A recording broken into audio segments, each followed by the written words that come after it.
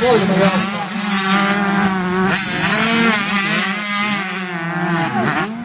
Võistlus pole loomine. Kõik koondamatus läks olla lahmetud.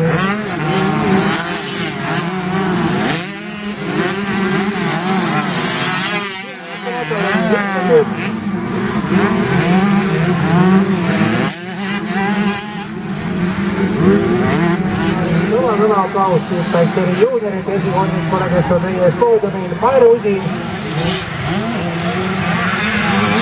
Aga 65. masinaklassi teises sõidus me siin oleme ja 626 Aston Reeve esimese sõidu siin ülekaaluga võitis. Teises sõidus samuti Aston asunud seda juhtuma. Sõidab välja siis ka siit esimese ringi, mille kirjutatakse ja see on kohe kiirem. Esimese sõidu kiirem ringi 1.46.33 on praegusel hetkel siis Astoni ringi selles sõidus.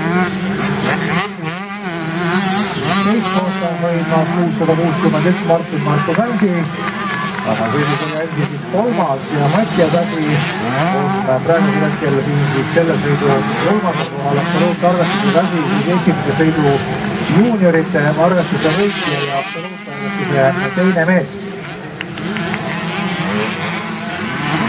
Mikkel Sepp hetkel 4. Martin Kotsavits 5. Sebastian Puusep 6. ja Aron Kahter 7. Ron Viiser 8. Raiku Põlma 9.